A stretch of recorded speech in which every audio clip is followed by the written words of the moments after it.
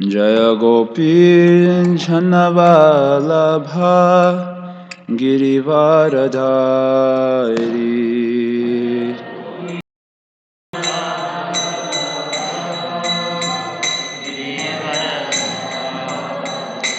Jasodha Nandana Mraja Janaranjana Jamunatira Vanachari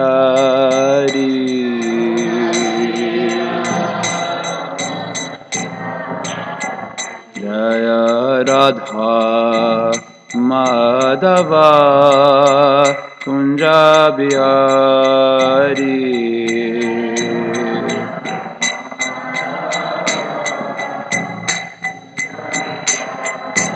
Jaya Radha Madhava Kunja Bihari Madhava Kunja Bihari Jayam Vishnupada Paramahamsa Parivrajakacarya Shutarashata Shri Srimad His Divine Grace Srila Prabhupada Ki Grantaraj Srimad Bhagavatam Ki Gaur Premanandi All glories to the Samandavodis, all glories to Shri Shri Guru and Gauranga Shri Guru and Gauranga Om Ajnanatimirandasya Gnananjana Shalakaya Chakshurunmilitam Yena Tasmai Shri Guruve Namaha Shri Chaitanya Manobishtam Sapitam Yena Bhutale Swayam Rupakadamayam Dadati Swapadantikam Vancha Kalpatarubhyascha Kripa Sindhubhyareva cha Patitanam Pavanebhyo Vaishnavebhyo Namo Namaha Jaya Shri Krishna Chaitanya Nityananda Shri Advaita Gadadhara Shri Vasari Gaura Bhakta Vrinda Hare Krishna Krishna Krishna Hare Hare Hare Rama Rama Rama Hare Hare O Namo Bhagavate Vasudevaya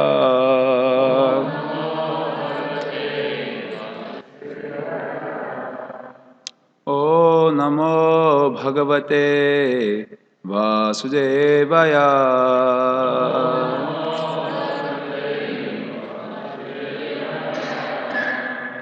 O Namo Bhagavate Vasudevaya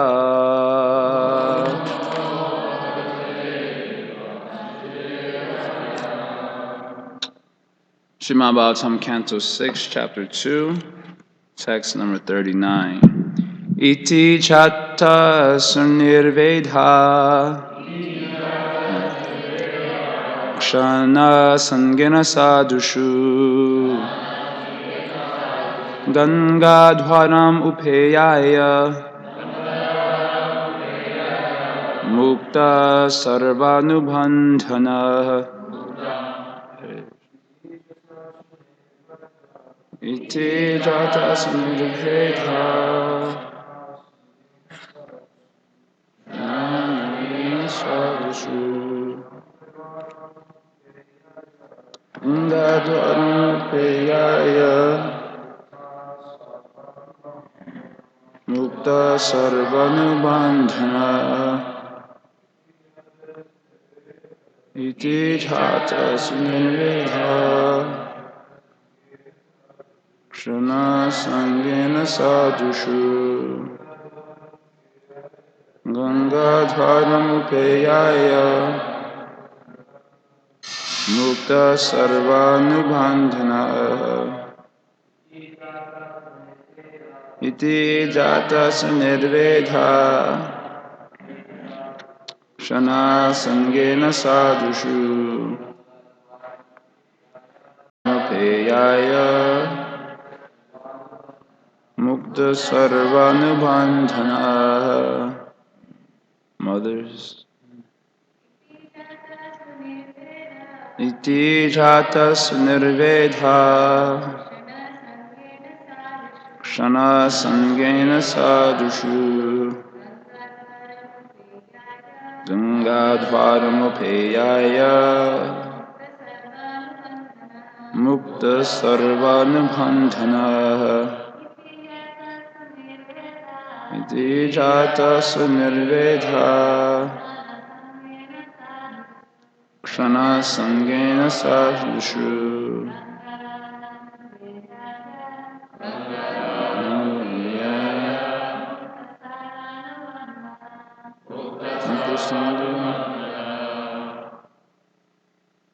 Iti, thus, Jata Ajamil, who had become detached from the material conception of life,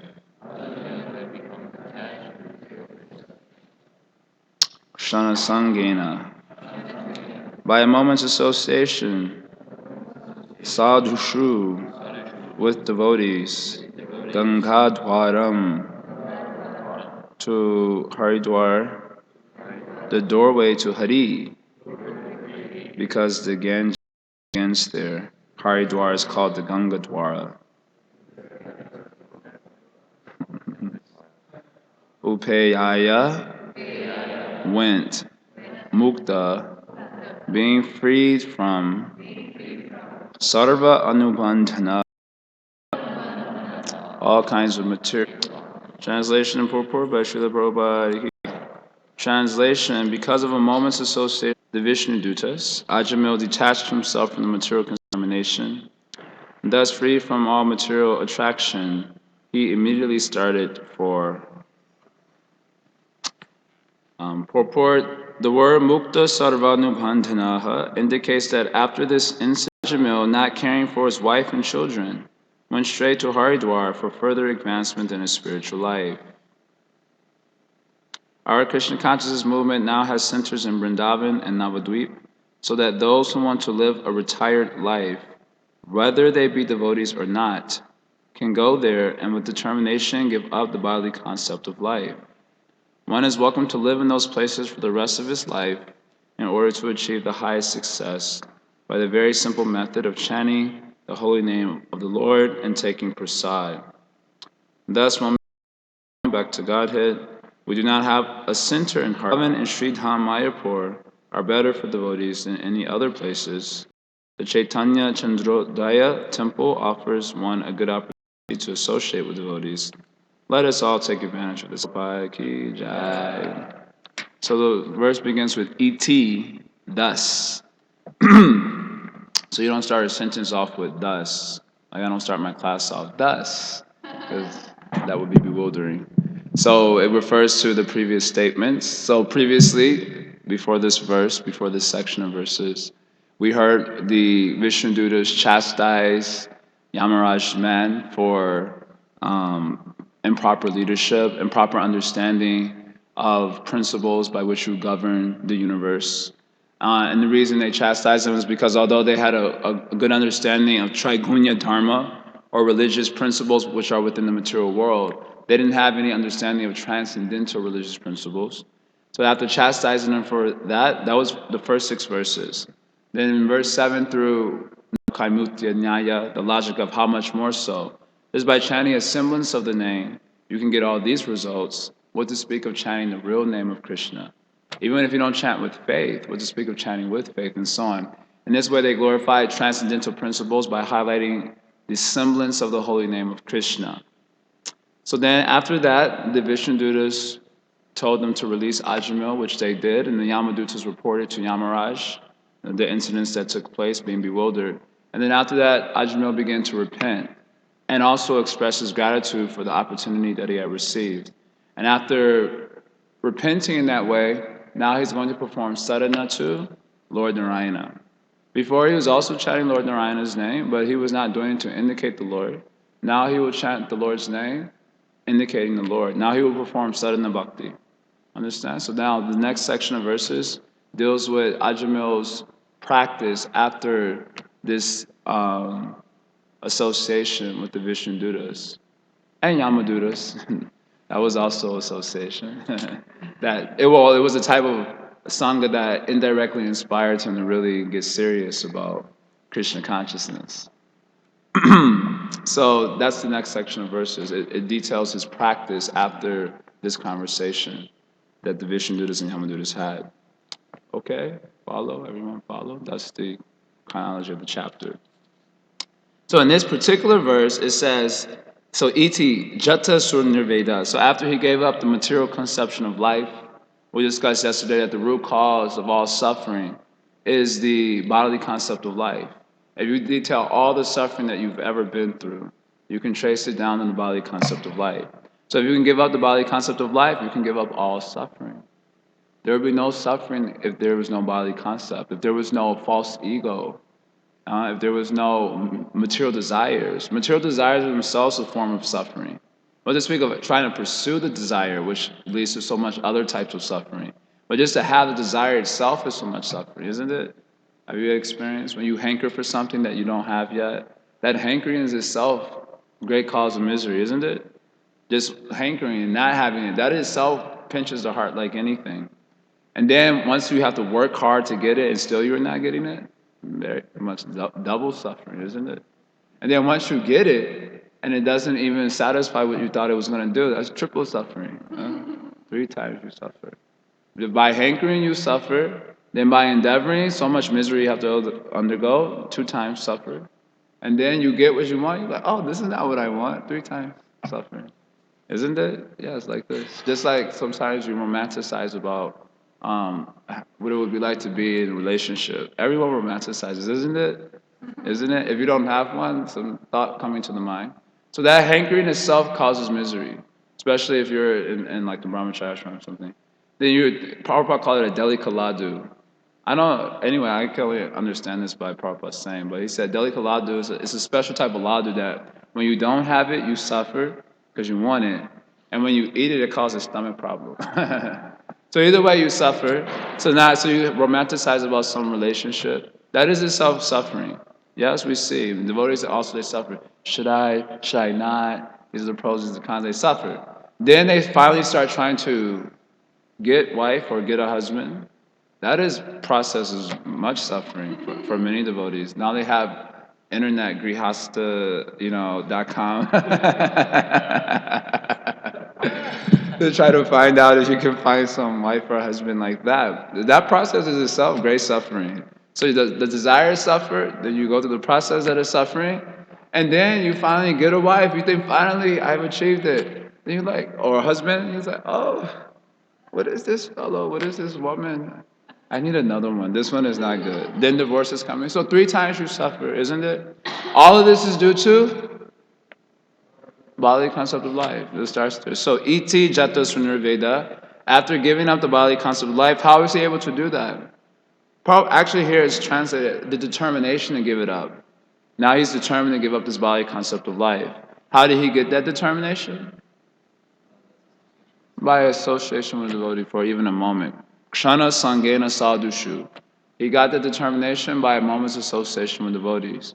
Devotees say, stop this nonsense. Then you get inspired. Yes, I should stop. That's how he got inspired. What is this verse from the Srimad Bhagvatam? The Tato Dusanga Ustregya Satsu Sajeta Bhudiman Santo, I can't remember the verse. Chindanti Mukta Vyasangam Uktibi. This verse says that Tatodu Sangha that you should give up, if you're an intelligent person, Buddhiman, you should give up Dusanga. Give up bad association.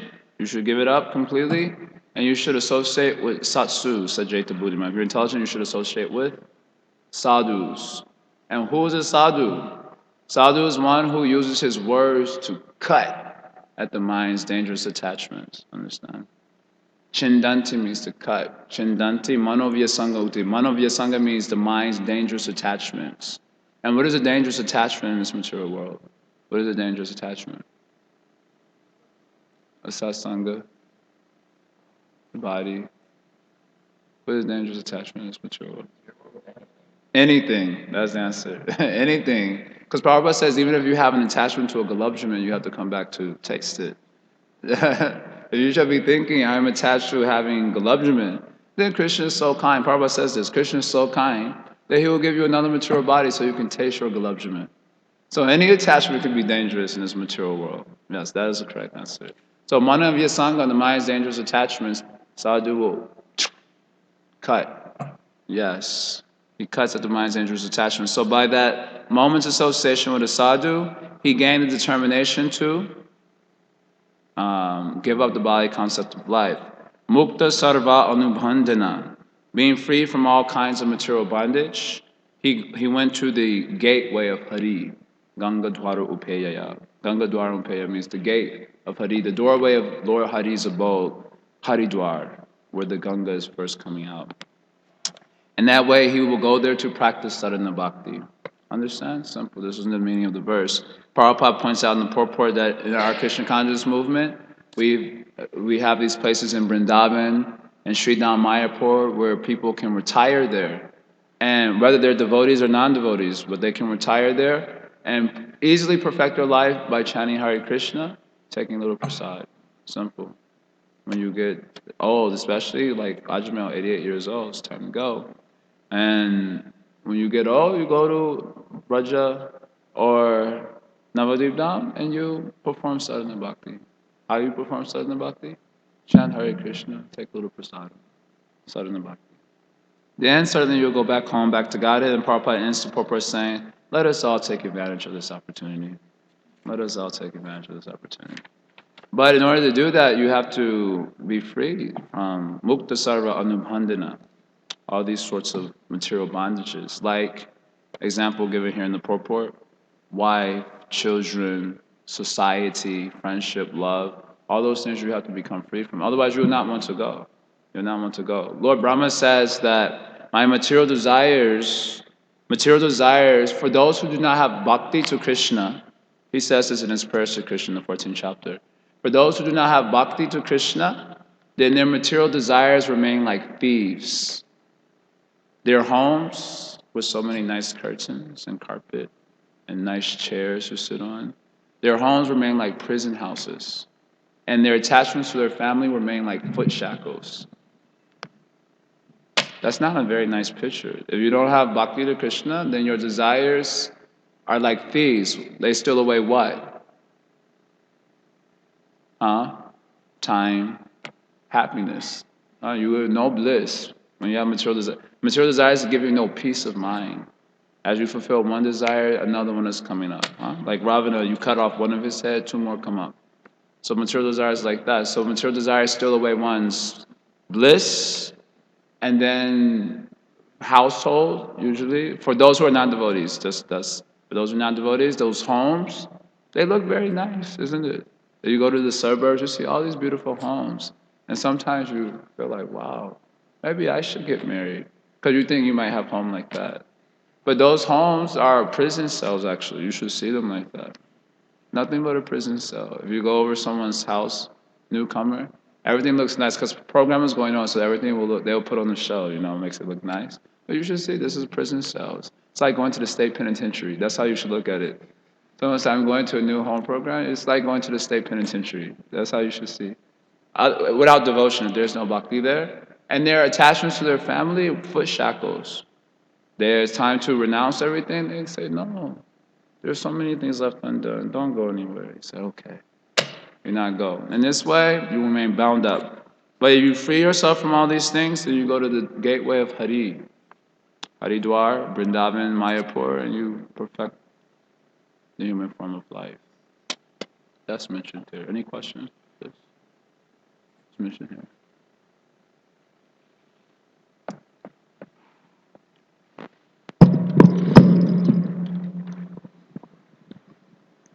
What are the impediments? Because I'm associating with sadhus now, to some degree, but I'm still on the bodily concept of life. So what's holding us back from giving up the bodily concept?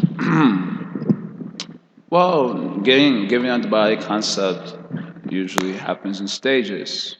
1, 2, 3, 4, 5, 6, 7, 8, 9, 10, 11, 12, 13, 14. Vishwanath Chakravarti course has 14 stages. Of course, it doesn't take all 14 stages to give up the body concept of life. Generally, one becomes fixed here, like Prabhupada's translation here, he becomes determined to give up the body concept of life. So that's the stage of nishta, where that spiritual absorption and determination to be fixed on Krishna comes.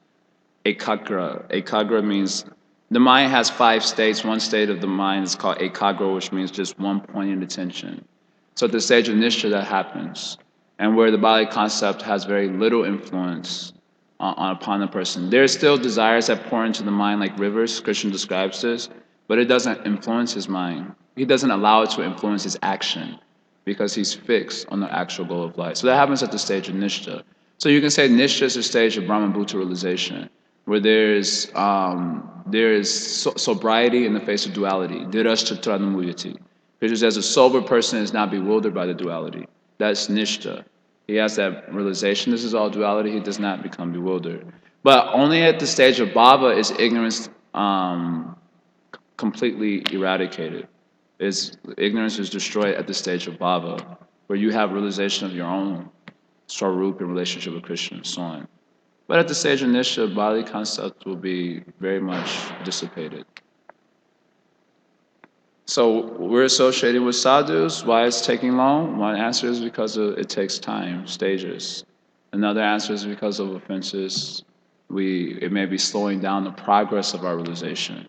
Offenses, like I said, when one chants namabas, there's still ignorance and anarthas, including the anartha of committing aparad.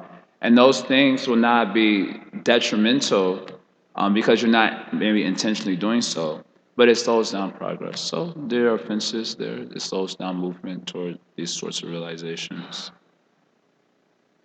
Another thing is that we may not, generally when it talks about self-realization, like in the language of the Bhagavad Gita, it talks about a fixed intelligence or being fixed in knowledge, gyan nishta. So then another thing is that perhaps we're not fixed in knowledge. We don't contemplate a lot of these messages. We kind of just hear and go about our way. So then after hearing, there should be some deliberation about what is told. So then when you come upon these life situations, you'll be fixed in knowledge. It won't be bewildering. The reason an advanced person is sober because he's fixed in knowledge. So he knows what is going on. So something happens to him, his knowledge is fixed. There's no bewilderment. But us, our knowledge is like on a tightrope. All it takes is a, and then we're like blowing off the thing, and we bewildered. The mind just completely takes over, and so on. But when you get fixed in knowledge by hearing and then by deliberating, you get realization. Realization means you become fixed in that knowledge. So the 3 processes: first you hear, then you deliberate. Understand? That's called manana. Manana means to deliberate. So first there's shravanam, then there's deliberation, and then there's realization. So these may be different reasons why it takes a little time. Also, if we do a lot of bad sangha simultaneously, that slows it down also. We do a little bit of devotee association, but we like some music and we like some other sorts of things. I'm not finding fault as such, but that may slow down the process of realization.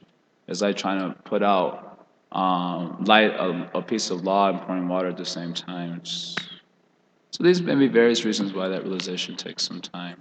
I noticed that a lot, like in Brahmacharya ashram, we have a lot more time, in theory, to do a lot of things like hear, contemplate. Our life is like that. I know with a lot of people who work outside, if they're not very strict, then their work is the all-consuming factor. So where's the time to hear properly? Where's the time to deliberate? And so on. You talk to many of our congregation, they will express like this. Their work is the all-consuming factor, and they hardly have time to chant their rounds, or to speak of hear and deliberate and so on. So these types of things slow up the process. It takes time. Any other questions? Discussion? Yeah. One of the reasons you gave was offenses that aren't intentional. So how do you give up offenses that aren't intentional? Oh, by the process of Krishna consciousness. Just carry on. That's what we heard Vishwanath Chakravarti Thakur described in that long purport we read. If someone commits offenses, brihat aparad, big offenses, that means with intention, then they have to suffer the reactions of those offenses while chanting Harinam constantly. Because constant chanting is the only way to give up offense. For those who commit offenses unintentionally, then they just have to incessantly chant on and on and on and on, and the offenses will go away. There won't be any suffering. If you do intentionally, then you have to suffer and incessantly chant. If you don't do intentionally, then you have to chant. Understand? If you do on purpose, you suffer and incessantly chant. And if you don't do on purpose, just chant. Go on chanting, then you progress to the stages 1, 2, 3, 4, 5, 6, 7, 8, 9, 10, 11, 12, 13, 14 stages are there. Understand? All right, any other questions,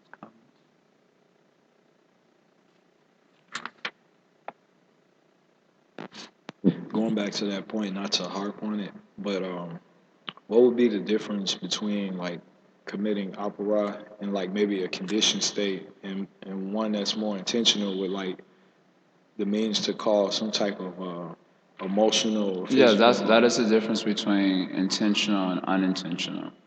So intentional means like premeditated. I'm gonna offend, or like maybe thinking I'm gonna go to the bar today. I'm gonna have me a little drink, and it's all right because I'm chanting Hare Krishna. That's like a premeditated, very. Then there might be another situation where you going out for doing sankirtan and perhaps some unexpected event happened where someone came to you with an attractive proposal, and you got bewildered, like, and you accidentally do something. So then, in that case, you it's not exactly premeditated, but the force of circumstances may have overwhelmed you, and that happens sometimes. But if you're like regularly getting overwhelmed like that, then we might you regularly find yourself in a situation where you're getting overwhelmed, then you need to adjust your practice. Krishna says in the Bhagavad Gita, Abhyasena tu konteya, vairagena chagriyate, when Arjuna said it's very difficult to control the mind, it would be easier to control the wind than to control the mind. Krishna says, yes, I agree with you. I definitely agree with you. But it is possible by abhyasa, by practice and detachment. So the practice is meditating on the Supreme Lord. So for us, chanting the names of Krishna primarily. And then vairagya means keeping yourself out of disturbing situations with the sense objects. If you know some situations will disturb your consciousness too much and you're not that advanced, then you have to keep yourself a little far distance from that. Otherwise, if you have to be placed in a disturbing situation, you better be there with an army of devotees who can grab you by the hair and say, Prabhu, where are you going? I wasn't going anywhere. Otherwise, vairagya, you keep yourself out of the situations that will disturb your mind and continue to chant the names of Krishna. Okay, anything else? Yeah.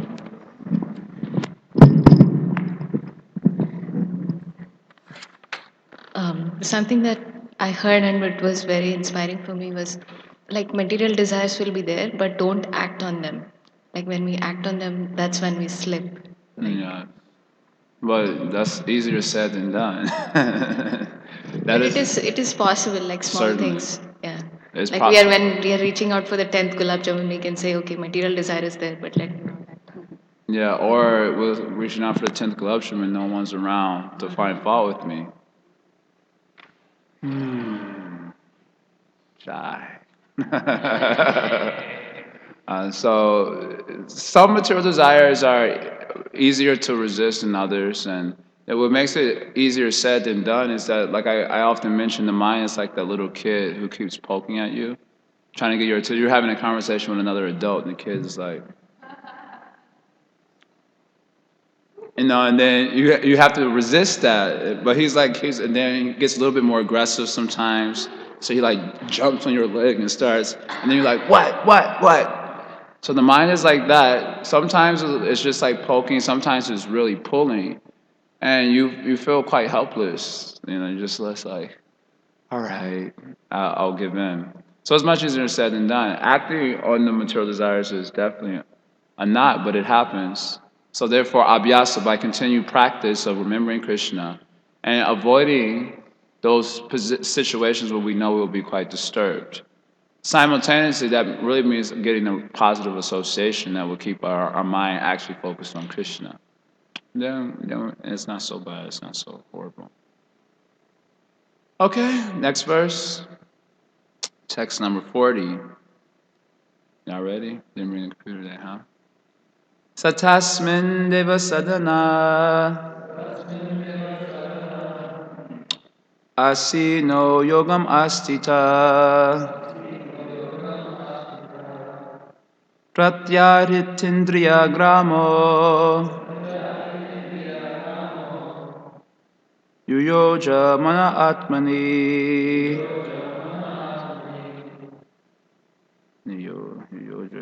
Okay, and translation, Haridwar Ajamil took shelter at a Vishnu temple where he executed the process of bhakti yoga.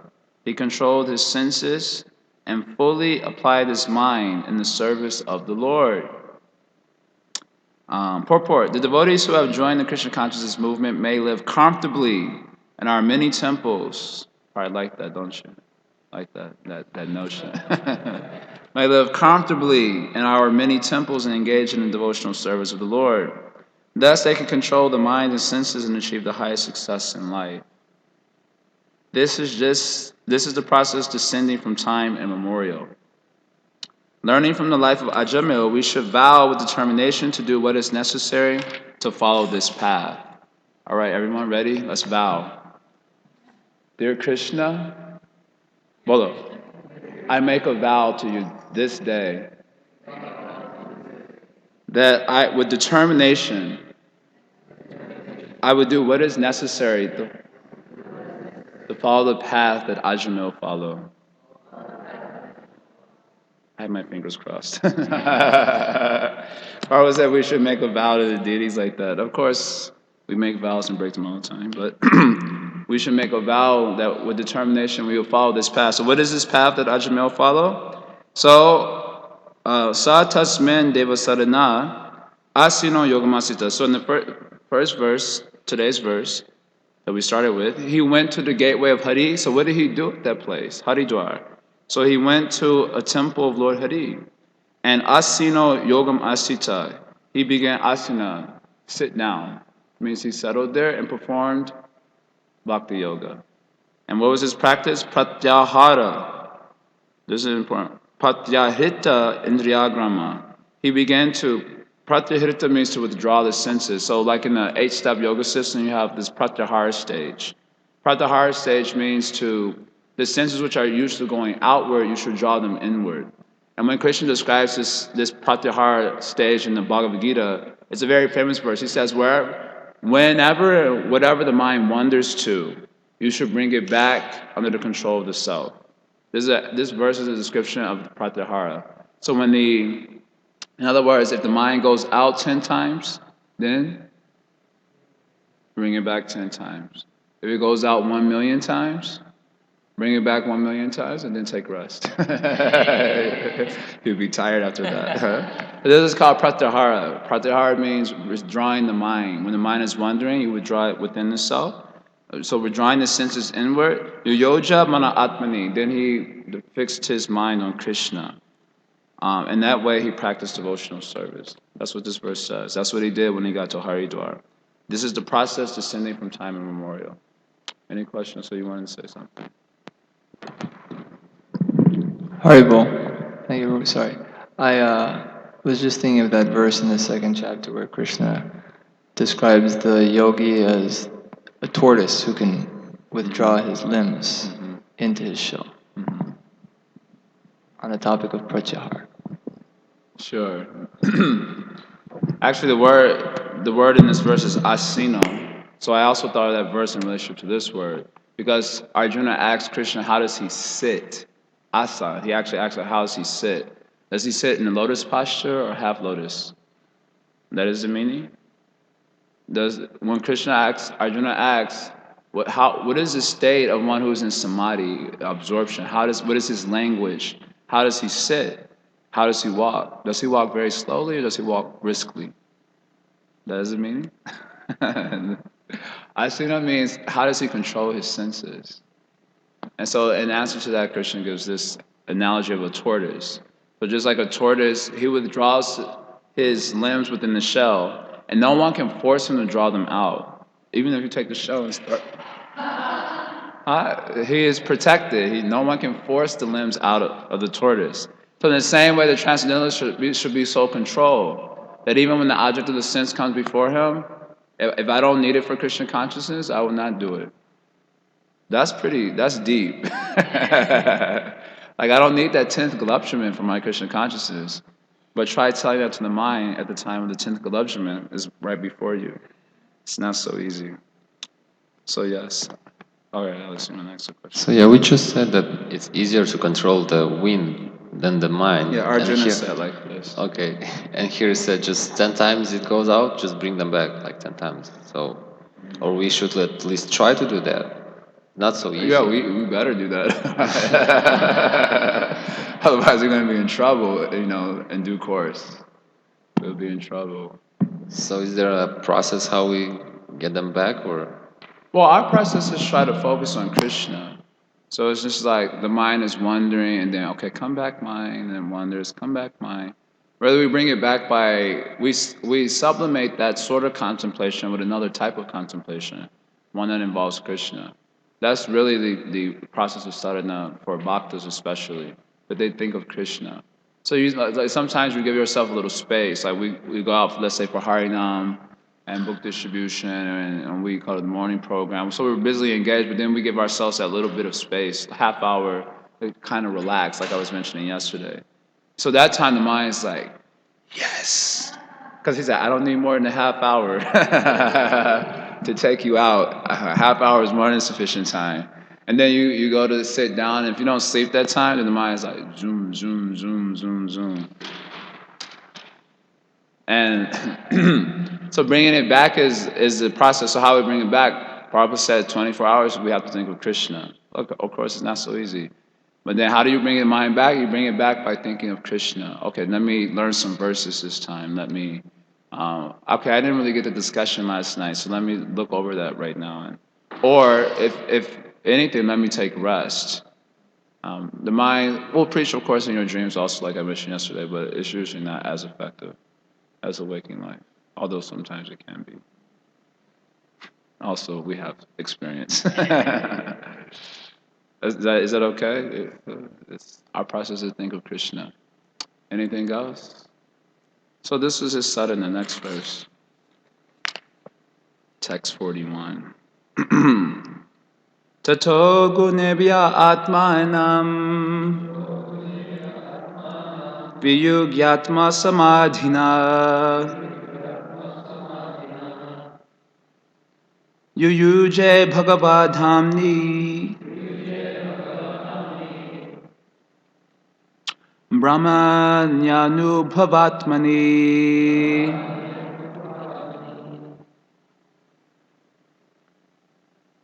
Okay, so thereafter, Ajamil fully engaged in devotional service. Thus, he detached his mind from the process of sense gratification and became fully absorbed in thinking of the form of the Lord. So this actually answers your question. It's saying here, Viyugyatma Samadhini. So he detached the mind from the modes of nature, Gunebhya Atmanam. So Gunebhya means the modes of nature. So he detached the mind from the modes of nature. How? Atma Samadhina, by being fully engaged in devotional service. So that answers your question. Same. He detached the mind. How did he detach the mind? By Atma Samadhini, absorbing it in Krishna. That's how we detach the mind. That's our process. And what was he absorbing the mind in? Yujay Bhagavad Dhamni. He was absorbing it in the form of the Lord. Bhagavad Dhamni. Dhamni means the form of the Lord. Dhamma means form also. Normally know Dhamma to mean abode, right? But the word Dhamma can also refer to body. We were studying this verse from Bhagavad Gita where Arjuna says, Panam Brahma, Panam Dhamma. So, Krishna, you are the highest truth. And then Param Dhamma, we know you are the highest abode. But Vishwanath Chakravarti Thakur says, you are the highest body. Because you have the body of Sham Sundar, which is highest and most attractive. So therefore you are Param Dhamma. So anyway, thought that was a cute little point. Bhagavad Dhamni, he absorbed his mind in the form of the Lord. which is always thought of progressing from the lotus feet and gradually progressing upward. Anubhava Atmani, that's how Prabhupada translated. So you see the form of the Lord. Usually when you take darshan, you don't just go like, bam, look at the face of the Lord. But in humility, you start at the feet and gradually come up. Like that, that's how you're supposed to do it. I know mostly we're just like bewildered, but if you ever this is tangential, but when I was in South India, we went to Tirupati. Tirupati, you had to walk up like 300, 400 stairs to get to the top of this place, and the temple, which is one of the richest temples ever. So much money is there, very opulent, and you get to stand in line for 5, 6 hours if you're lucky to get a 2 second darshan of Balaji. Balaji is a form of the Lord from Vaikuntha, very opulent. And everyone, some people are standing in line for days. We had like a pass that cost money that helped us reduce the days to 6 hours. And standing in line, and then the darshan you get is 2 seconds. And there's 3 gates by which you can see. The first gate is called the Vaikuntha Dwaram, which is where everyone can take darshan. That's a 2 second darshan. Then there's like an inner chamber where you can get like a 5 second darshan. It's a little bit more merciful. And then they have the innermost chamber. You have to pay a lot of money to get in there. Go to the innermost chamber where you can go right up to the altar and see the deity. So I was in Tirupati the year. The first year, the first time I went twice. So the first time I went, we went through the 6 hours, and it was very austere. And then we got the darshan. So I was really looking forward to the darshan. Then I saw what was happening. It was like, by the Vaikuntha Dwaram, it's like pandemonium. It's just crazy because everyone's trying to take a darshan. And they have these chokidars, these like security guards who are like beating people, go on, move on fast, or pushing you. So I remember when you see the deity, he has this huge hand. Like his hand is like huge, and it's like made of gold. So when you first see the deity, you don't think, okay, I'm gonna look at the lotus feet first, and then gradually come on. You only got 2 seconds. So when you see the deity, first thing is like that hand, wow, and then the chokidar is like pushing you out of the way, move, move. I was a little bit taller than many of the Indians there the time when I went the first time, and I was walking forward, and then I was walking backwards like this, to try to stretch out the darshan a little bit. And one of the chokidars got really mad with me because I was doing that, so he started pushing me like really heavy. But I didn't care because I was just like looking, he was pushing me. I was just trying to get a nice darshan. A few days later, I went back because my spiritual master got the hookup, and they let him into the innermost chamber for like 20 minutes. And a few of us went with him, and we got to stay for 3 minutes. We didn't get to stay for all. But that was a long time. And we got some of Balaji's prasadam also. So we got to see the deity right up close. I mean, this is a little bit Western term, bling bling. So much opulence. This is Lord of Vaikuntha. A lot of opulence is there. And even that time, it was the hand stuck out first when you saw the hair. Like, wow, that's gold. Those are rubies. Those are diamonds. And then of course the form of the Lord is very exquisite, very beautiful. It was very awe-inspiring, as the forms of Vaikuntha often are. And then like probably the last thing I saw was his feet.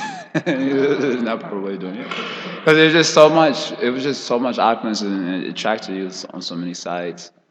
And then we got kicked out after 3 minutes, and my spiritual master got a chance to stay for about 20 minutes. Anyway, that was tangential. So anyway, the point is that generally when taking darshan of the Lord, you start at the lotus feet, in humility, because that's our position. Of course, if you read the 8th chapter of the 1st canto, you hear about how Queen Kunti started at his waist, because her relationship was a little bit different.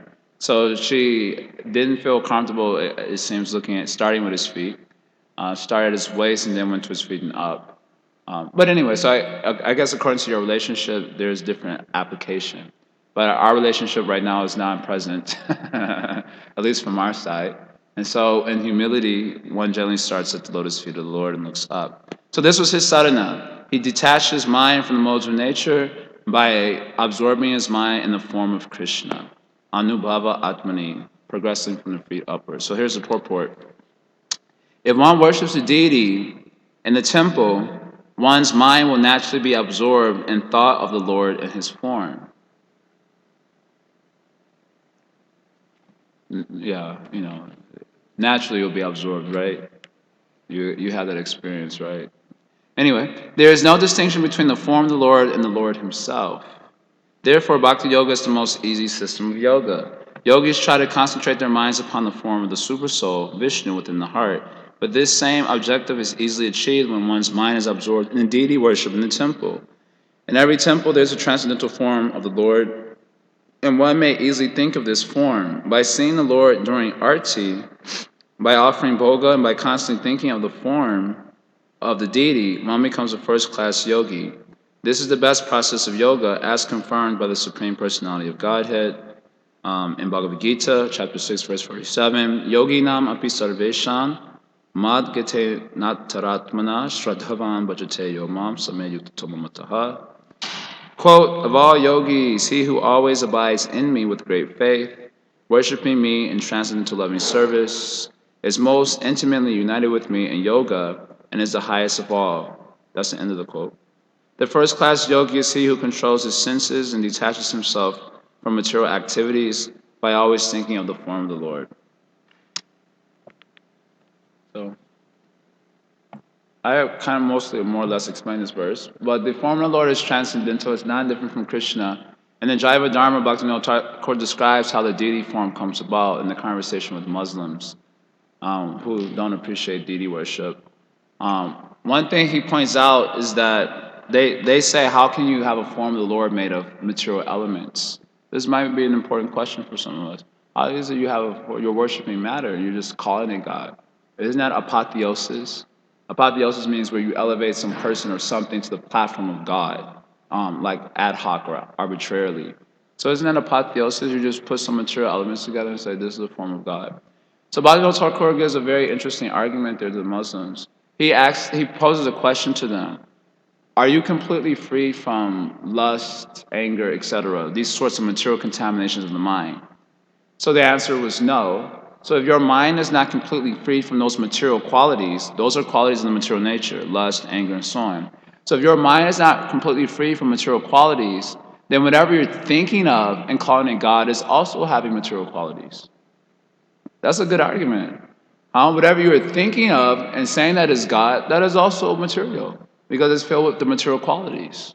So, in other words, he's saying that which you're finding fault with, you are also a victim of the same thing. So we've taken material elements and we're saying that it's God, and you're taking some thought in your mind filled with material qualities like lust, anger, and so on, and you're saying that is God. So what is the difference? I'll bet one is a little bit more gross than the other one, per se. Like this has a gross feature. In other words, you can see it with your senses. Another one is more subtle. But it's the same. It's the exact same thing. Whatever you're thinking of in your mind, if you're not completely pure, then whatever you're thinking of cannot be a completely pure idea either. So then he points out that because of that lack of purity, people actually need a particular form of the Lord in order to help them meditate. And that without the form of the Lord, they will actually fall into degradation. Because they'll start to think that God is nowhere, or He's everywhere, which is kind of a clever way of saying He's nowhere. Just like if I say everyone in this room is special, that means no one's special, right? No one really stands out as such. If everyone is special, then no one's special, right? So in one sense, although we say God is everywhere, but that's almost like saying He's nowhere. So then I can be at the movie house or the brothel. God's also there. By saying He's everywhere, He's nowhere. So sometimes Prabhupada would argue, if God is everywhere, then He is also in His temple. Why don't you go to it? And because specifically for those who are immature, they're not elevated in their thinking, it is not that they can see God everywhere. I remember having this argument, not argument, but one young man, this is, God, maybe 8 or 9 years ago, when I was a very new devotee, and he was saying God is everywhere. And I said, no, He's not. He is only in the temple. So he was like, how can you say? We just heard a class how God is everywhere. I said, I don't agree with that class. I said, and then I qualified it. I said, because God is not everywhere for you and me. We are not so advanced. And I asked him, if suppose you are doing some improper, illicit sexual activity, for example. If you knew that God was there looking at you, could you do the same thing? I posed this particular question to him. Could you do, just like if someone is looking at you, then it'd be a little uncomfortable. isn't it? Just like suppose be a little bit less graphic here, but someone is like trying to make out with his girlfriend or boyfriend like that, and someone is just looking. Then it become a little bit uncomfortable, isn't it? Now, especially if that someone is a person of great position and great respect, it'd be even more uncomfortable. Like if your mother or grandma came and was looking, then it'd be even more uncomfortable. So here's the Supreme Lord. He is everywhere, seeing all these things. How could you do if you really had that realization? If you really had the realization that God was really all-pervading, how could you do so many nonsense things without feeling guilty about it or embarrassed enough not to do it? Isn't it? Huh? He knows my heart. No, even if he knows your heart, same point. If someone's sitting there looking and you know they're looking, you'll feel very uncomfortable to do so many things. So the point is that God, of course, is everywhere, but when you're a neophyte, that type of statement is really saying that God is really nowhere. And it leads to degradation. So therefore, the form of the Lord has to be established, especially for the neophytes. Now, that doesn't mean only neophytes worship the deity. In fact, the reason that the deity appears the way that it does, according to Jaiva Dharma, is that the Supreme Lord appears in the heart of the pure devotee. And then from the heart of the pure devotee, it comes to his mind.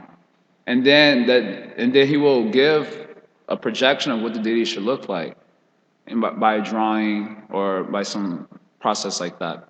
In this way, the deity form is a direct manifestation of the heart of a devotee. Isn't that fascinating? The deity form, just like the forms in the spiritual world, the forms in the spiritual world are a direct manifestation of the bhava of the devotee of Krishna. All the forms in the spiritual world correspond to the bhava of a devotee. So also the deity forms of the Lord, Prabhupada says this in Ishopanishad, it's coming up in Ishopanishad, that the deity forms of the Lord are a direct manifestation of the heart of the Mahabhagavata that's discussed there in Ishopanishad. So they're not ordinary forms. So not only is the deity form particularly needed for neophytes with undeveloped consciousness, but according to the purity of consciousness, one can see that this is actually the Lord directly. Prabhupada makes this point. Mahabhagatas, they can see this is the Lord directly. They can talk with the Lord. You know the story, Shakshi Gopal. I'm not going to go through the whole story because I have 2 more verses I have to get through. But Shakshi Gopal, he was serving an older Brahmana. No, there was two Brahmanas, a young Brahmana and an older Brahmana. Understand? The younger Brahmana was serving the older Brahmana very nicely on a pilgrimage. So as a result of that service, the older Brahmana said, I will marry you to my daughter. The younger Brahmana was very poor. He said, that would not be possible. Your family not allow. He said, she is my property. I can marry her off to anyone I want. I'll be peaceful. Be peaceful. I can marry off to anyone that I want. So the Brahmana said, okay, you should make vow in front of the deity that you will do this. So they made a vow in front of the deity of Gopal in Vrindavan. So he went back to the place where they were residing, and the old man was not giving the daughter because the family was so unfavorable. Finally, the young boy came and said, he has promised the daughter to me. He is not giving. And it wasn't that he wanted the daughter. That would be our consciousness. But he was wanting to protect the vow of the older Brahmana. He wanted to protect the vow of the older Brahmana. So in order to do that, he was pressing the issue. So this older Brahmana had an envious son who was atheist. He said, "What is the evidence what is the evidence that he has made this vow? I think you've tricked him. You know, you've poisoned him with some fluid, made him delirious. He probably said these things in that delirium.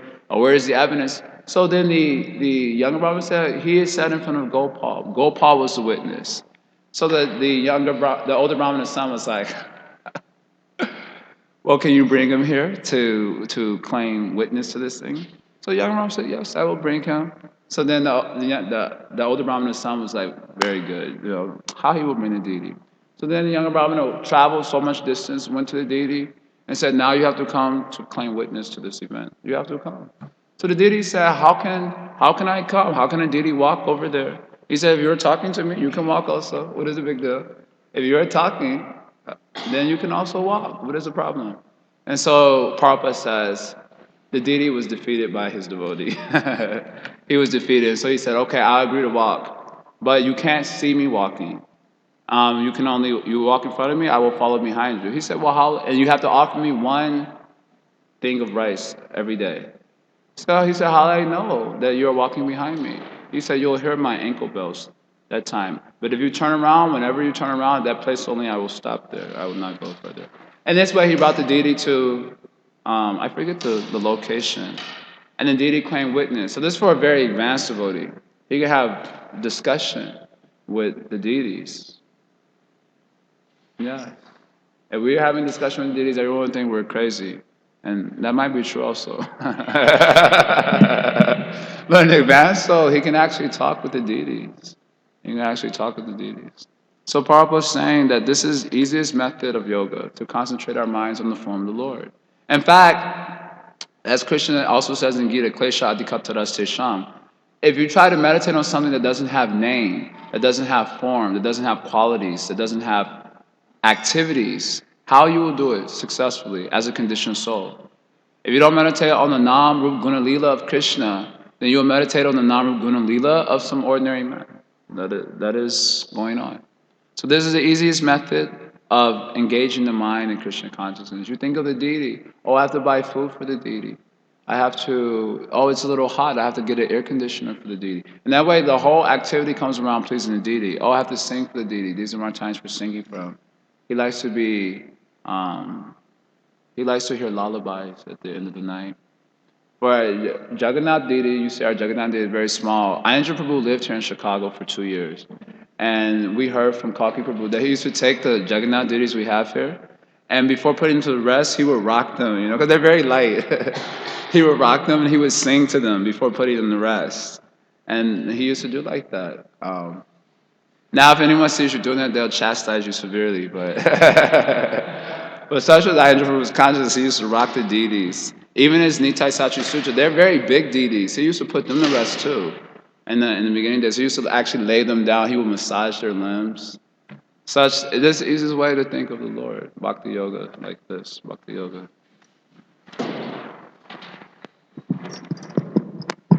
When talking about the concept of deity worship, Maharaj from the Nimbargi Sampradaya would liken deity worship to taking water from a well, because obviously water is everywhere, but unless you dig a well, you can't take the water to then be able to drink it. So similarly, with the deities, like if you think, well, God is everywhere, but then how do you worship God? But if you have God in the deity form, then you can offer prasadam to God and sing to God and dance, and just like you were saying.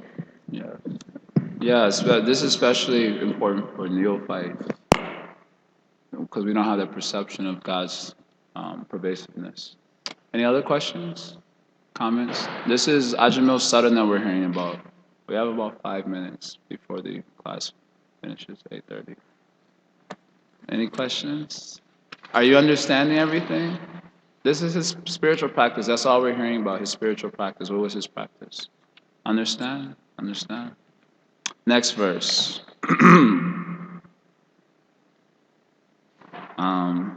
Ya hyuparatadishtasmin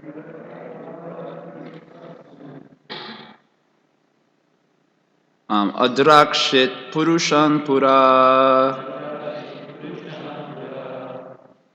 upalabhyopalabdhan prag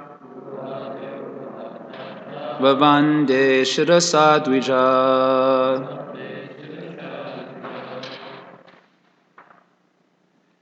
Translation: When his intelligence and mind were fixed upon the form of the Lord, the Brahmana Ajamil once again saw before him 4 celestial personalities.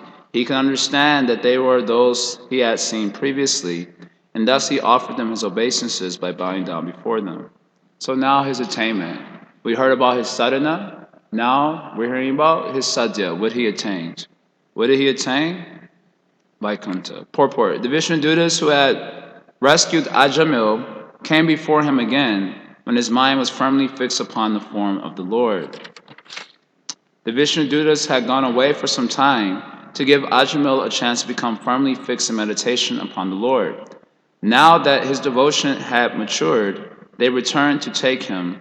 Understanding that the same Vishnudutas had returned, Ajamil offered them his obeisances by bowing down before them. Understand? Now he attained Vaikuntha. Ajamil's practice have 5 stages. Try to understand it. 5 stages. First stage was chanting Sanketa Namabas. Sanketa Namabas. What is Sanketa Namabas? Chanting the name, a semblance of the name, to indicating something else. So he chanted the name of Krishna, Narayana, indicating his son. There's the first stage. Understand? Sanketa Namabas. Second stage is his affection. He started chanting the name with affection. Now the affection was for his son. But because the name and the named are non-different, the named person, Narayana, took it personally. Because his affection combined with the syllables of the name. So whenever he said the name of Krishna, he said it with affection. And so because the name is non-different from the named Narayana took it personally. That affection is coming towards me. So he showered mercy upon him. Understand? This is the second stage. Chanting the name with affection, he developed bhakti. His bhakti started to mature because of chanting the name Namabas with affection. Understand? Third stage is the Lord gave him an opportunity to transfer that affection from his son to him properly. By this conversation with the Yamadutas, Vishnudutas. And by that conversation, he realized who is the Supreme Lord, what is his position, and he directed all of that affection toward Narayana. Understand? This third stage. Fourth stage is he began sadhana to the Lord directly. That's fourth stage. Fifth stage, he attained Vaikuntha. Understand? 5 stages. Did you get it? 1, 2, 3, 4, 5. Got it? First, Namabas. Then, affection for his son, he developed bhakti. Then, Krishna created a situation of separation so he could mature his affection toward him, the Lord directly.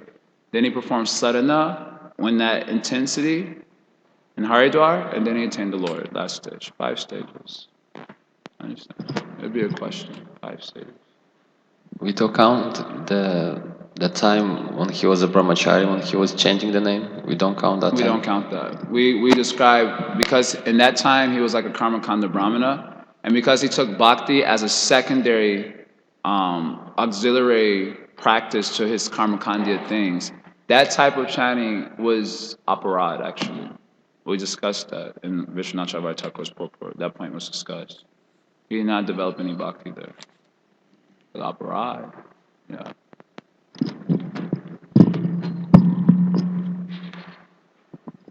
On the previous discussion on the importance of the form of the Lord and deity worship, we often hear when we're chanting japa just to focus on the sound of the name. But I'm thinking if our mind is not pure, we have no way of recognizing that sound is also form. So is it proper to chant in front of the deity form of the Lord? Of course. Bhagavatam Thakur says you can keep a picture.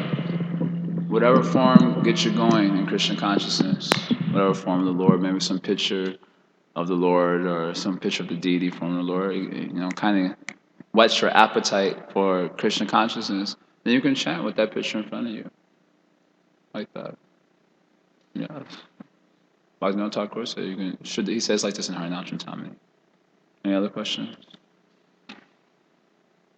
Otherwise, you might be thinking of some other unfavorable forms for our Krishna consciousness, isn't it? Hare Krishna. Get out, get out.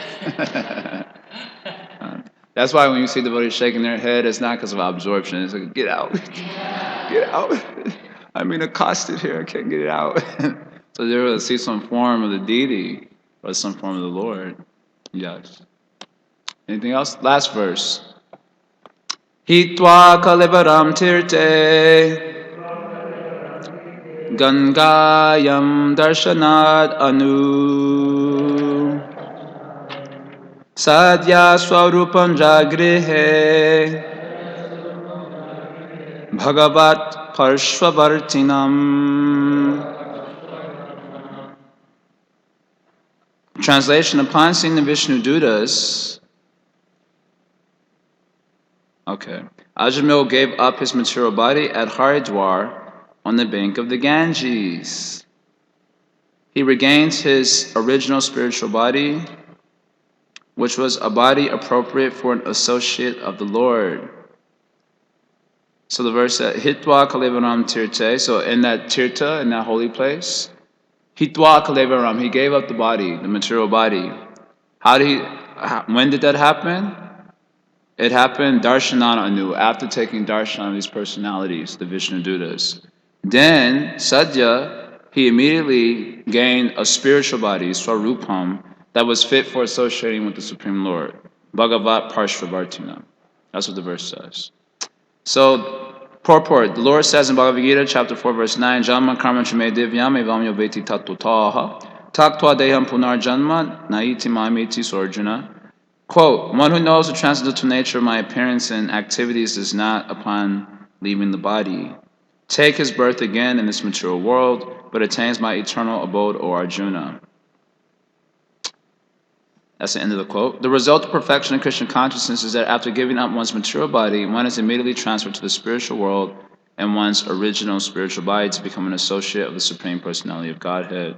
Some devotees go to Vaikuntha Loka, and others go to Goloka Vrindavan to become associates of Krishna. Which place you go depends on your absorption at the time of your practice. Understand?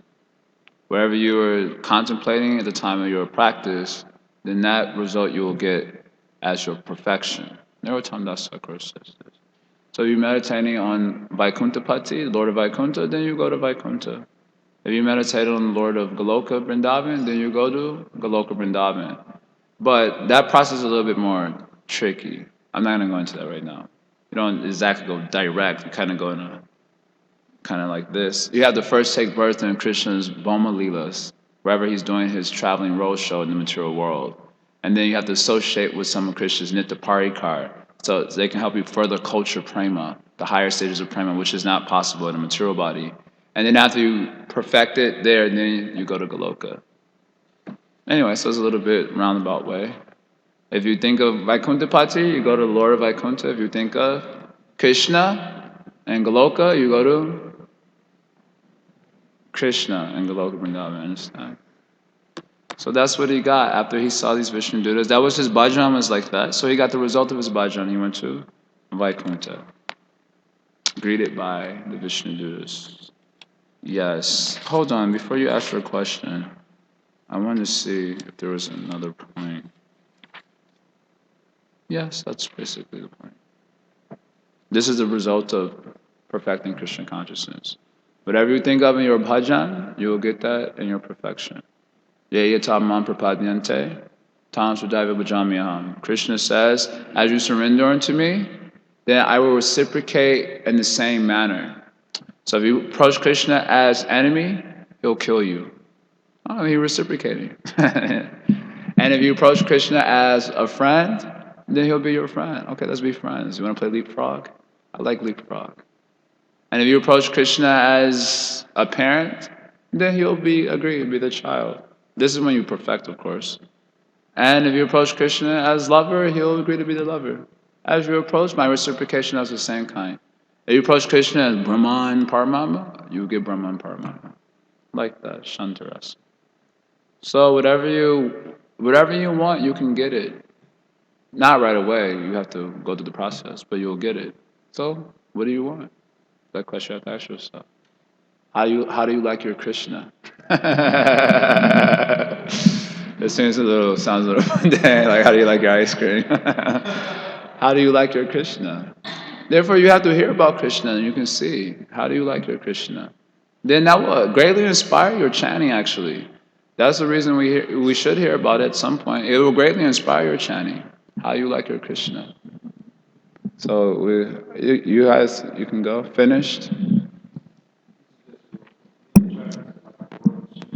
Is that like a lesser? Oh, excuse me. No, we shouldn't think in more or less. These are all forms of the Supreme Lord. They're all the absolute truth. Someone can be attracted to the form of Nishingadev. That's not like a fault. Oh, you like Nishingadev? Well, this is only for those who like Sham Sundar. You can go over there with the Nishingadev bhaktas. It's not like that. The forms of the Lords are all absolute. And so no form is better than another in tattva. But subjectively speaking, one form is better than another. Subjectively speaking means from the perspective of the devotee. So, for example, a same example I've given already before in the CC, when the gopis are chasing after Krishna. So, when Krishna, in order to hide, he manifests a Narayana form with 4 arms and so on. So, when the gopis see that form, they're like, "Oh, namaskar, namaskar Narayana, nice to see you. Have you seen Krishna?" And then Narayana with his 4 hands, he went that way. And so the gopis go chasing after Krishna, and who was actually there before them, but they saw this was Narayana, so their bhava wasn't for Narayana. And so, of course, later on, Radharani comes running in front of him, and two of Krishna's arms fall off, and he's exposed by the love of Srimati Radharani. So, objectively speaking, Rupa Goswami also states this in the Bhakti Rasamrita Sindhu. Objectively speaking means in terms of spiritual truth. Tattva means spiritual truth. In terms of spiritual truth, there is no difference between the forms of the Lord. But subjectively speaking, one form is the beloved of your heart that you favor amongst all other forms. So amongst Gaudiya Vaishnavas, generally our ideal is for Brajinjananda and Krishna, Krishna and Braja. But it is saying, even amongst followers of Lord Chaitanya, that some of them have bhakti for Lord Ramchandra, for example, and they couldn't give it up. Like Srila Rupa Goswami, Srila Sanatana Goswami's younger brother, Anupam, was a Ram Bhakta, and Sri Rupa and Sanatana preached to him about the beauty and glory of Krishna, but he couldn't give up his bhakti to Ramchandra.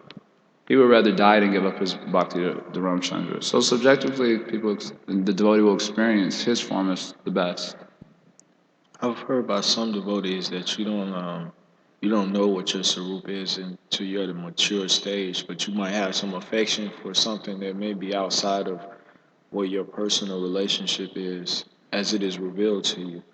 Now, how do I guess, Yeah, juxtapose that becomes somewhat of a controversial topic because it relates to another controversial topic that has to deal with the fall of the jiva question. So the question is, do we have an eternal relationship with Krishna already? So we have like our spiritual body is kind of like there on how you say, it's on hold. It's on hold for us, and when we attain perfection, we'll get it. Or do we not have an eternal relationship with Krishna and we have to develop it? Now, most of the devotees here already know my opinions about these things, which I'm not going to express in this because it's being recorded. So I'm not going to express my understanding of this topic, but most of the devotees in this ashram know it, I think. I don't really go along with the former, I go along with the latter. So we can reconcile those things if you really want to know after the discussion, after the class. I'm not going to go into it now. Yeah, I see your hand. Bhakti wants to say something. Don't worry about the look, you're hard to miss. You're hard to miss. Anyway, it's interesting because we hear also that, like, for example, Lakshmi Devi and also Narada ji, even though they had eternal particular relationship with a certain deity, Vishnu Tattva, still they were attracted to Krishna and participating in the Vrindavan pastimes. Yes. So that's interesting to me. Yeah, many devotees, not only them, many, Bhishma, the women in Hastinapur, they all will glorify the gopis in their bhava, udava. But you never exactly see that they desire to change their own relationship with Krishna. But Narada, he jumped into that Sarovar. Yes, the to Kund. understand. He wanted to understand what was the Rasa Leela, which he couldn't understand from his existential position as Narada Muni and so on. But then he changed back. It's not like he decided to remain Narada Gopi. As such, he did come back, and then he composed the Narada Bhakti Sutra after that, explaining those principles. Same with Uddhava. Uddhava desires to become, he prays to become a creeper, he can be stepped on by the feet of the gopis and so on. But he maintained his relationship with Krishna and Dasarasa. Or it's kind of like a Gaurav Sakyarasa, kind of reverent Sakya form. Similarly, Bhishma, he also glorifies the gopis bhava, but he maintained his relationship as well. Lakshmi wanted to enter into the Rasa Leela, but she wasn't prepared to follow the footsteps of the gopis. So she kept her position also. So you see, they recognize the preeminence of the gopis bhava for Krishna in that form of bhakti. The residents of Dwarka also, there are many verses in the 10th canto. But they always keep their relationship with Krishna. So subjectively, they still prefer, although they can recognize, simultaneously recognize its preeminence, but subjectively speaking, this is the most satisfying for them. Subjectively speaking, that's the most satisfying. It's something like this is somewhat of a crude example, but it's like you may have let's say a woman, a chaste wife. She has her husband, so there may be so many good men there, and maybe some men that are even better than her man also. But she is chaste to her husband. She feels that relationship with him more. She doesn't go running off. Okay, this is not the best example in Kali Yuga because so many things going on. But let's say in a principle-based society, she's happy with her husband. She doesn't go running off here and there. So similarly, although they can recognize Krishna's preeminence, the bhakti of the gopis and so on, they're satisfied subjectively with their relationship with Krishna. So they don't change it. Even though they may sing songs glorifying the other one, they stay in their relationship with Krishna. So that's because subjectively that is satisfying for them, subjectively speaking. What would you say? May I continue? Okay. Anyway, forget it. I don't want to go there. I'll discuss later. Okay, anything else? Yeah, there's Prabhu. I was just I was just thinking about that point of whatever we meditate upon at the time of death, that's where we go in our next life. So as we are performing devotional service, we may have some impressions of practice of devotional service also along with all the other things. So I'm assuming that at the time of death we may have a mixed thought that it may not be exclusive meditation upon Krishna or devotional service, but like mixture of family, maybe friends and devotees, whatever. So in that case, how, how does that work? Well, I I mean, don't is it like unalloyed, exclusive meditation Yeah, upon Krishna? yeah, kind of like that. Anyway, I can't say for sure. That's Christian's prerogative. So I can't say, well, he went back to Godhead. Well, I don't think he went, though, because I could tell he was thinking about family. He just had that look in his eye. It was like family, family, family. And so I don't think he went back. I don't have such position. That is Christian's domain to decide who gets to come back to him or not. But philosophically speaking, it's mentioned that of the 6 characteristics of bhakti, one of them is that it's very rarely attained, sudurlabha. And it's rarely attained for 2 reasons. There's 2 reasons why bhava particularly is rarely attained. Reason number one is that you have to perform sadhana with asakti. That's the first reason. Without developing attachment to Krishna, having come through the various stages of nishta and ruchi, then you cannot get bhava because bhava comes after asakti. Then second reason it's rarely attained is because even if you perform sadhana with the sakti, Krishna still doesn't give it right away. And basically the reason is because until your asakti becomes very deep, so deep that anyabhilashita shunyam, there isn't other sorts of desiredness going on. Then only then does Krishna agree to, okay, gift one, bhava, to himself. It's described like that. So again, there may be desires sometimes, perhaps, that may come up, but they're not like very deeply cherished things. It just comes up, and so that devotee may attain Krishna. It's like it reminds me of the Ishopanishad prayer, where the devotee is praying to Krishna. I may not be able to remember you at the time of death, so please don't forget all that I've done for you. Which sounds like a fruitive sort of desire or expression. Please don't forget all that I've done for you. Suppose you said that to someone. Please don't forget all that I've done for you. What does it mean? We know what it means when we say it. So when you first read this prayer in the Upanishad, you're like, that sounds a little peculiar to be a devotee prayer. But it is explained very beautifully by Prabhupada that the devotee in his humility is thinking, I'll not be able to remember you at the time of death. My mind is such a rascal. At the time of death, it will think of everything but you. My mind is such a rascal to be like that. Therefore, if you're not kind to remember how I tried to serve you, then I am hopeless. I'm a lost case. I'm completely dependent upon your mercy. And that way, it's a prayer of dependence. Please remember all that I have done because I won't be able to think of you. My mind is such a rascal that they will think of everything but you at the time of death. Finally, the most important time comes that I'll not think of you. So like that, it's Krishna's prerogative that even if we're thinking of other things, he can take us back home, back to Godhead. But as a point of technicality, it's mentioned in this way. First you need a sakti, and then your sakti has to become very deep. So much deep that anyabhilashita shunyam, zero sorts of other desires. Then you get bhava and prema, and not otherwise. That's a point of technicality, but Krishna is independent. So that domain, who went back, who didn't go back, that is his prerogative. We cannot really say.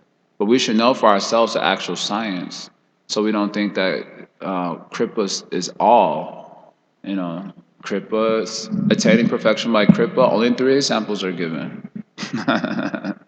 Everyone else, like I said, someone asked us, we had the evening program, and someone asked, during Lord Chaitanya's time, everyone received prema by Kripa. He was just giving it out like this. But nowadays, it doesn't seem like it's happening like that. And so I answered, I said, well, during Lord Chaitanya's time, yes, everyone attained siddhi by Kripa. Now that Lord Chaitanya is gone, back to sadhana. Back to spiritual practice. And the 1, 2, 3, 4, 5, 6, 7, 8, 9, 10, 11, 12, 13, 14 stages are there. Back to that sadhana. So like that. And even if you don't perfect your sadhana, Krishna could get prema to someone right on the street that was just drinking alcohol 1 minute, next minute, praying. That's possible. But generally, there's a practice. So it's a point of technicality. There's 14 stages. Can I explain it tomorrow? Are you going to come tomorrow? So, because I'll bring the first canto tomorrow. It's these 14 stages, like I mentioned, they're based on the verses of Srimad Bhagvatam, first canto, chapter 2, verse 16 through 21. I actually do remember most of them, but it might be a little technical, so we need a little bit more time to go through that. So I'll go through it tomorrow, and since I have mentioned it quite a bit, at least 14 stages in the last few classes. Anything else? Short? Anything else? So, what did we hear about today? Recap. Michael, what did we hear about today? What did you hear today? Yes. I'm lost.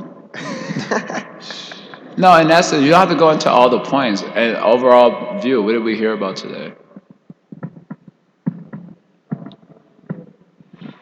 Okay, give it to Terrence. If you're looking, you're turning red in the face like a tomato. I might mess up, but at the time of Ajamil's second appearance in front of the Vishnu Dutas, his bhakti was at such a mature state that he was able to obtain Vaikuntha Okay. because he had gotten to a certain level of purity in his practice after Okay. being reintroduced to the holy Okay. name, that his love was We'll give more you mature. points for that. Anyone could express it in a shorter way? What did we hear about today? Short explanation, 4 or 5 words. I just want to say the first thing we started with, which was that attachment to the bodily concept of life is the root of all misery, basically. Okay, so that's an element. What's your answer? Yeah, what did we discuss overall? Overall view, 2 main things we discussed today. 2 points. Sadhana and sadhya. Yeah, his practice and his perfection. That's what we discussed today. Simple. What was his practice, and then what was the result of his practice? That's it. Understand? 2 things we discussed. Practice, perfection. Understand? 2 things. 2 things we discussed, Michael. What was that? Yes. And? Yes. Simple. Srila Prabhupada ki Jaya.